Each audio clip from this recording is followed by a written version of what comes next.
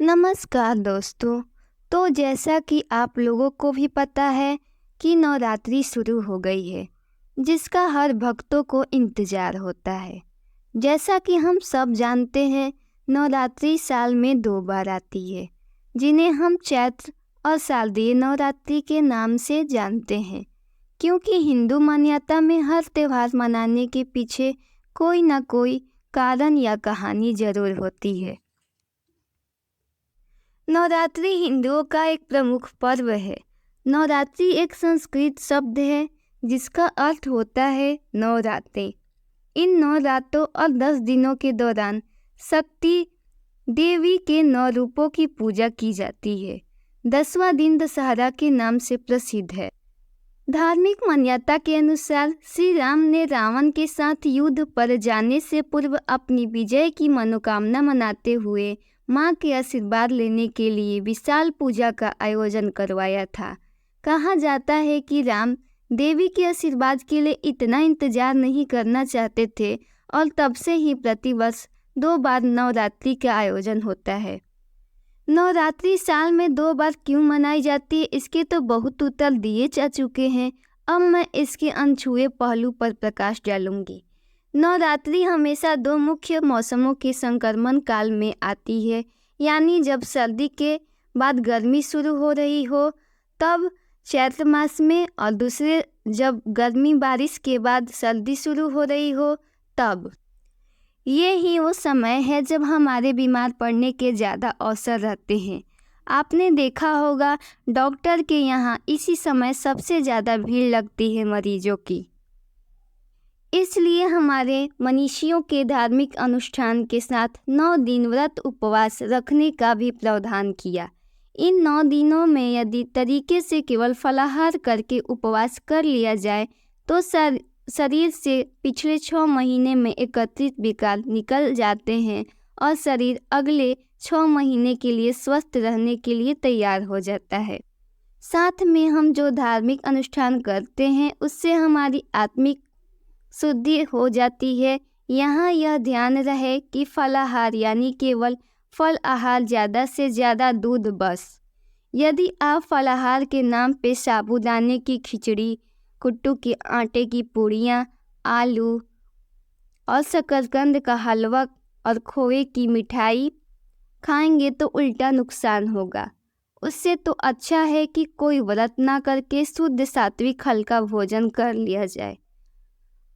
उपवास का वैज्ञानिक तरीका यही है, इसलिए सप्ताह में 1 दिन और महीने में कई तिथियां जैसे एकादशी, प्रदोष, गणेश चतुर्थी, पूर्णमासी आदि को व्रत रखने को हमारे हिंदू धर्म में जोड़ दिया गया है।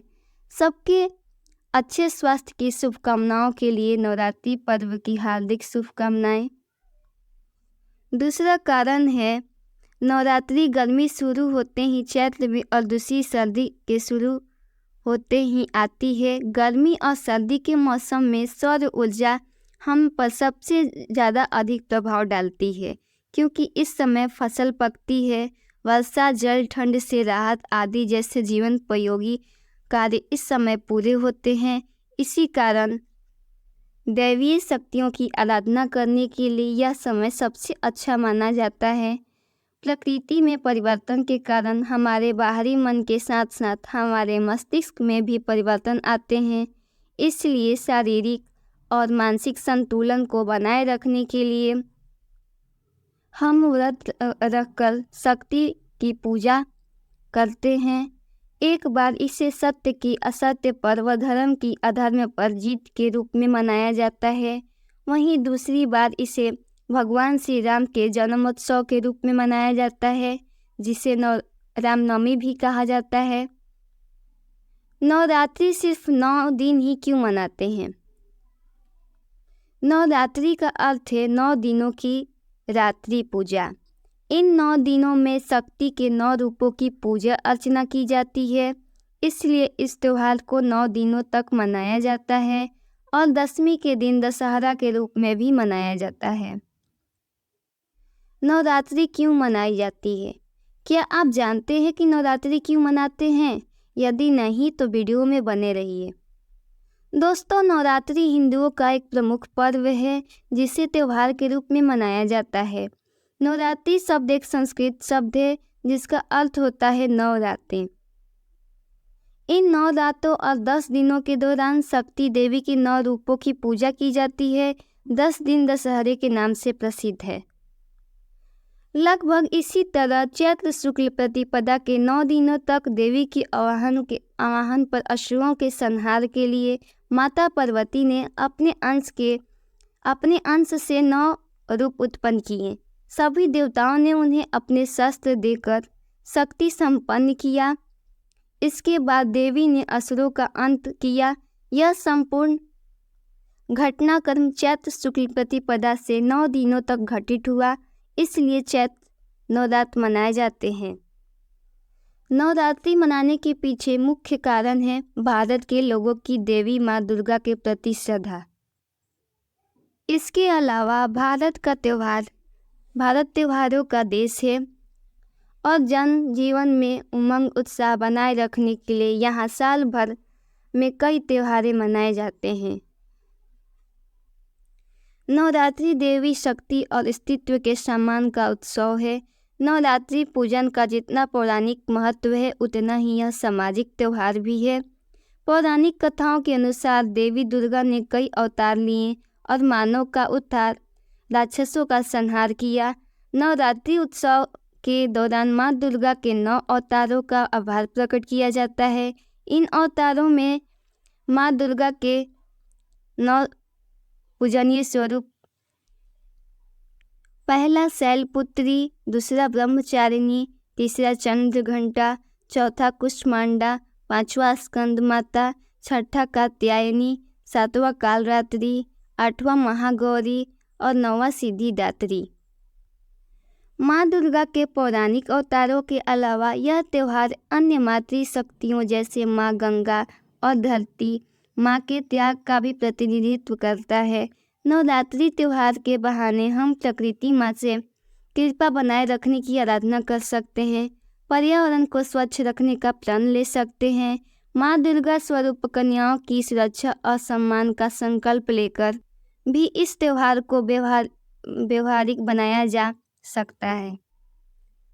नवरात्रि में माँ दुर्गा के उपासक घर में कलश स्थापना करके विधि विधान से पूजा करते हैं, लेकिन इस बीच छोटी सी गलती करने से उन्हें व्रत का सकारात्मक फल के जगह मुश्किलों का सामना करना पड़ता है। आइए जानते हैं कौन सी वो गलती जिससे करने से हमें नवरात्रि व्रत का फल के बजाय आर्थिक तंगी का सामना करना पड़ता है। नवरात्रि हिंदुओं के लिए सबसे पवित्र दिन होता है। देवी दुर्गा के उपासक सुख समृद्धि के लिए 9 दिन तक व्रत उपवास रखकर देवी माँ की पूजा करते हैं। जो व्यक्ति संयम के साथ नवरात्रि व्रत के नियमों का पालन करता है, उन भक्तों पर माँ दुर्गा का आशीर्वाद बना रहता है। लेकिन वहीं जो व्यक्ति नवरात्रि के नियमों का ठीक से पालन ना कर छोटी सी गलती कर देता है, तो इन पर देवी माँ क्रोधित हो सकती हैं और इन पर मुश्किलों का पहाड़ टूट सकता है। वो गलती जिसे नवरात्रि में करने से व्रत करने का फल नहीं मिलता है, तो भूल कर भी नवरात्रि में ना करें ये गलतियाँ। पूजा पाठ के दौरान जाने अनजाने में कुछ ऐसी भूल हो जाती है जिससे हमारी साधना का फल हमें प्राप्त नहीं होता है। नवरात्रि के दौरान जाने अनजाने में कुछ गलतियाँ हो जाती है जिससे पूजा में भूलवश भी गलती आपको अशुभ फल प्रदान कर सकती है। अगर आपने व्रत नहीं भी रखा है तो इन कार्यों को नहीं करना चाहिए। मान्यता के अनुसार ऐसा करने से आपको शुभ के बजाय अशुभ फल प्राप्त होता है। पहला है मांस मदिरा का सेवन ना करें। हिंदू धार्मिक मान्यता के अनुसार नवरात्रि के 9 दिनों में मांस मदिरा का सेवन नहीं करना चाहिए। जितना संभव हो उतनी सात्विकता का पालन करें। इसके अलावा इन 9 दिनों में कोशिश करें कि प्याज लहसुन का सेवन भी ना करें। यदि परिवार का कोई सदस्य व्रत नहीं भी रखता है तो भी उन्हें नवरात्रि के लहसुन प्याज खाने से बचना चाहिए। ऐसा करने से आपके लिए शुभ साबित हो सकता है। दूसरा, नाखून और बाल ना कटवाएं। धार्मिक मान्यता के अनुसार नवरात्रि के दौरान बाल और नाखून नहीं काटें। इसके अलावा यदि बहुत आवश्यक ना हो तो दाढ़ी भी ना कटवाएं। मान्यता है कि जो भी ऐसा करता है वे मुश्किलों में पड़ सकते हैं। ऐसा करने से आपके घर में दरिद्रता का वास होती है और आपकी तरक्की बाधित होने लगती है। तीसरा, लड़ाई झगड़ा ना करें। नवरात्रि के दौरान कोशिश करें कि घर का माहौल सुखद रखें। इन दिनों में घर में किसी भी तरह का कलेश ना करें और जितना संभव हो सके आप मन को शांत रखें। धार्मिक मान्यता के अनुसार जिस घर में हमेशा कलह का माहौल रहता है वहाँ कभी माँ दुर्गा का वास नहीं होता। ऐसे घर में हमेशा सुख समृद्धि की कमी रहती है। महत्व होता है, नवरात्रि पर देवी दुर्गा की पूजा बहुत ही भक्ति भाव से की जाती है। ऐसा मान्यता है कि नवरात्रि के पर्व पर माँ दुर्गा अपने भक्तों को आशीर्वाद और मनचाहा वरदान देने के लिए पृथ्वी पर 9 दिनों तक वो खुद आती हैं। तो वीडियो में दी गई जानकारी अच्छी लगी हो तो चैनल को सब्सक्राइब कर लें। इसी तरह की जानकारियाँ आप लोगों को मिलती रहेंगी।